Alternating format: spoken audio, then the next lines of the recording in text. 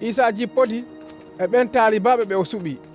O dari e nokkure ndeylere ka falo.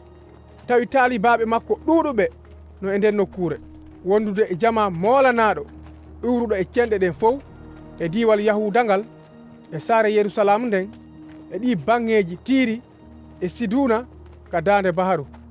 ɓen ko arnoɓe heɗagol mo e fi ñawdegol ñabbeli mum e jinna tampinnoɓen sellina. Awa kadi mo kala e maɓɓe no faalanomo memude, ɓay himo wonduno e bawgal ñawdaynongal ɓe fof. O ɓanti gite makko ɗen o ndaari taalibaɓe ɓen o wi'i, o mali onon miskimɓe ɓay laamu Allah ngun ko onon wonani. O mali onon weelaɓe fewndo ɗo ɓay on harnoyte. O mali onon wulloɓe fewndo ɗo ɓay on weltoyto. O wonay malaɓe nde yimɓe ɓen añi on e nde ɓe raɗi on, ɓe yenni on, ɓe ñiddini inɗe mon ɗen sabu ɓi aaden on.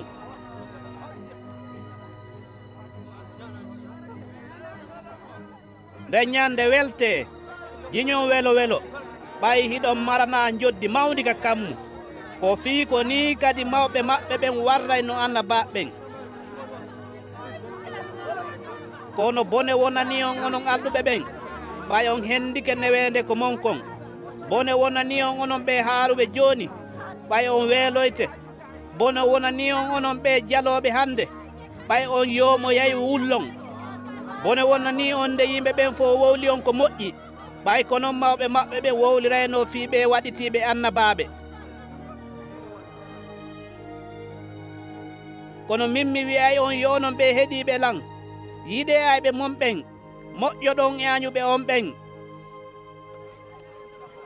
du'anno ɗon huɗoɓe on ɓen, torano ɗon tampinoɓe on ɓen. Mo bandikema e waɓɓugo tuɗanmo ngoya kadi, mo jattima waramba woto a haɗumo ƴettugol fokiya on kadi. Okkor kala toriɗoma, hara kadi a ƴantali ko makon e juuɗe jattuɓe maɓen.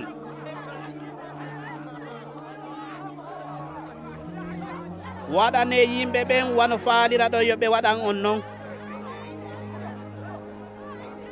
Si o yiɗi yiɗuɓe on ɓen, haray ko moƴƴere honde heɓoy ton.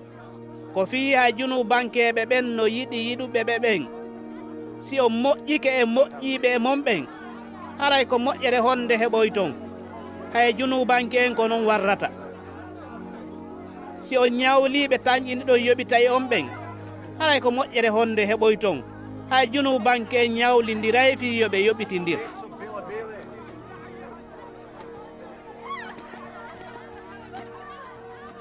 Kono yiɗe ayɓe mon ɓen, waɗanonɓe ko moƴƴi, ñawlonɓe hara on habbaaki yoɓiteede. Ɗum on heɓoya joddi mawndi, wonoyon kadi ɓiɓɓe jom ɓural on, sabu himo moƴƴani dulluɓe ɓen e bomɓe ɓen. Wone yurmeteɓe, wano baaba mon jom ɓural o woniri yurmeteɗo non.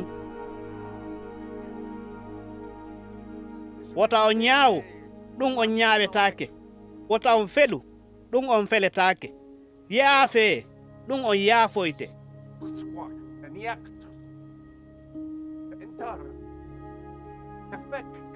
Okke, ɗum on okkorte. On etirante sariyaari yeɗɗunde, timmunde, yeƴƴaande haa juuri. Waɗane ɗon ka jiifaaji mon, ko fii ko sariyaare nde etirɗon nden etirante ɗon.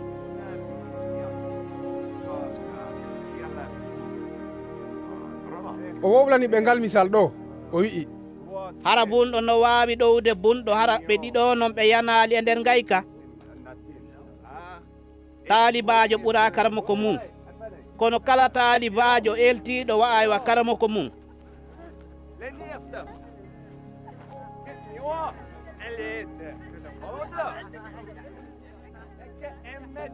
Ko honno yiirata lojol wongol ka yiitere musiɗɗo ma on, hara a yi'aali falimawal wongal ka yiitere ma ngal.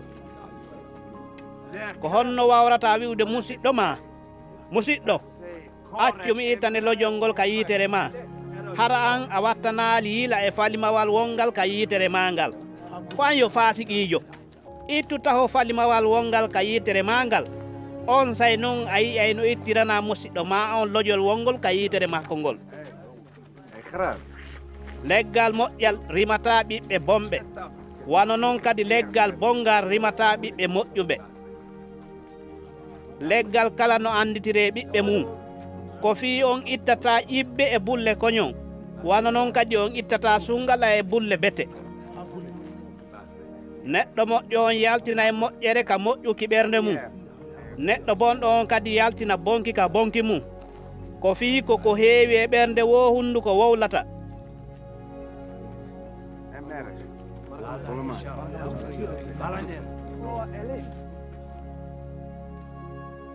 ko fi honɗum noddantonmi kohojo kohojo hara on waɗata ko mi wi on kon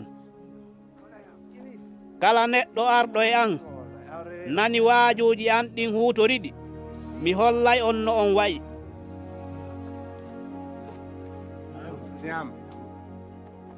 on no wayi wa darnuɗo suudu hara o jasu gaawol luggugol haa e fetere o fuɗɗi ɗon mahude nde waamere nde waɗi ndiyan ɗan ari e suudu ndun ɗan waawatandu dillinde ko fii darodi mayru on no tiiɗi kono kala nanuɗo konnguɗi an ɗin huutoraali ɗi on no wayi wa darnuɗo suudu ndu jasanaaka gaawol ilol ndiyan ɗan hawri e mayru tun ndu yani kisan fii mayru o mula few En zo man, ja,